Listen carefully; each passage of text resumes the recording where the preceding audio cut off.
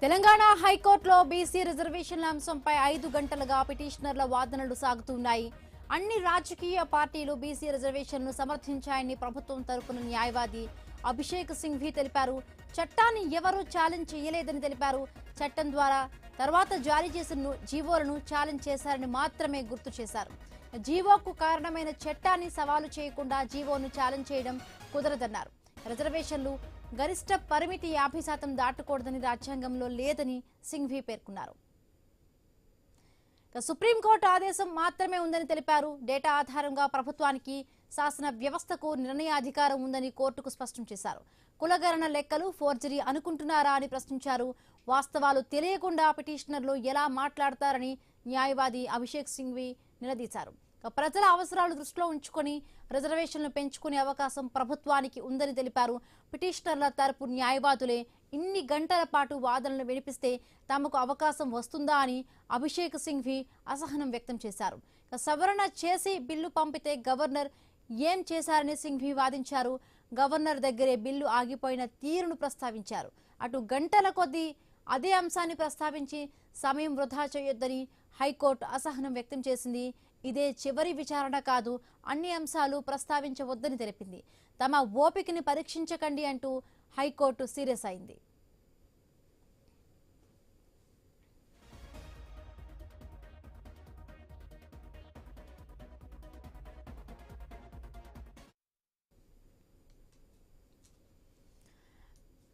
రైట్గా 5 గంటల పాటు పిటిషనర్లు వాదనలు కొనసాగుతూ ఉన్నాయి. సో కోర్టు దగ్గర నుంచి మా కరెస్పాండెంట్ ప్రవీణ్ లైవ్ లో సిద్ధంగా ఉన్నారు. ప్రవీణ్, వాదనలు ఎలా కొనసాగుతున్నాయి, డీటెయిల్స్ ఏంటి?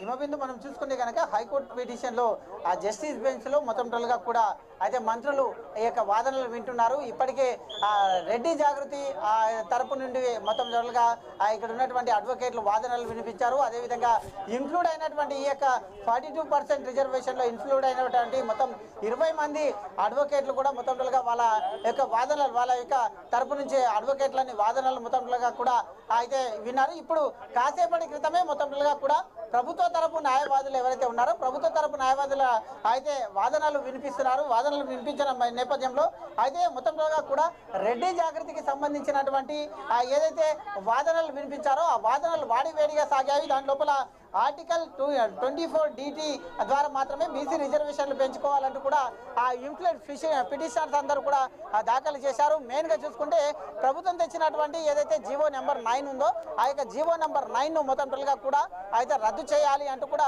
అయితే ఈ యొక్క పిటిషనర్లు దాఖలు చేశారు. దాంట్లో మొత్తం టోల్గా చూసుకుంటే కనుక అయితే ఆ యొక్క జీవో నెంబర్ 9 ప్రకారంగా బీసీలకు 42% ఇస్తే ఇటు SC ఎవరైతే ఉంటారో ST/SC 25% ఉంటే మొత్తం టోల్గా 67% అవుతుంది.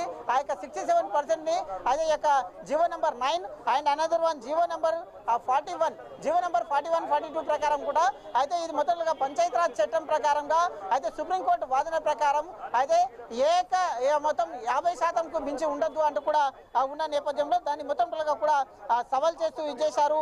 స్థానిక సమస్య ఎలక్షన్లో మొత్తంగా 50%కి మించి ఆ రిజర్వేషన్లు ఉండొద్దు అంటూ కూడా అయితే రెడ్డి సంఘాన్ని అయితే ఎవరైతే రెడ్డి జాగృతి సంబంధించినటువంటి పిటిషన్ ఉన్నారో వాళ్ళ తరపు న్యాయవాది వివేక్ ఆ మొత్తం వాదనలు వినిపించారు. అదేవిధంగా 1 మెన్ కమిషన్ నివేదిక బహిర్గతం చేయలేదు. అయితే గతంలో కూడా 1 మెన్ కమిషన్ మొత్తంగా కూడా బీసీ SC ST కుల గణన జరిగినప్పుడు ఆ యొక్క జాబితాను బహిర్గతం చేయలేదు. అయితే ఇప్పుడు ప్రభుత్వం తరపు నుంచి బీసీ గణన చేసిన తర్వాత ఎలా బహిర్గతం చేస్తారు అంటూ కూడా అయితే వివేక్ వాదనలు వినిపించారు.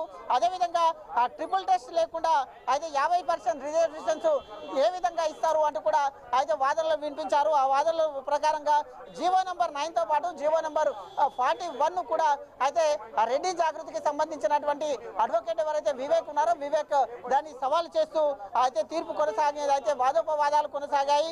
అదేవిధంగా చూసుకుంటే కనుక దీంట్లో మళ్ళీ పిటిషనర్ల తరపునటి అయితే న్యాయవాదులు మొత్తం టోల్గా యొక్క తమ వాదనలను వినిపిస్తూ అయితే రాజ్యాంగం ప్రకారం అన్ని రిజర్వేషన్లు 50% మించకుండా ఉండాలి అంటూ కూడా చెప్పడం జరిగింది. అదేవిధంగా చూసుకుంటే కనుక సుప్రీంకోర్టులో పలు తీర్పులు కూడా ఈ రికార్డులు ఉన్నాయి. ఎక్కడ కూడా 50% మించకుండా ఉంది అంటూ కూడా వాళ్ళు వాదనలు వినిపించారు.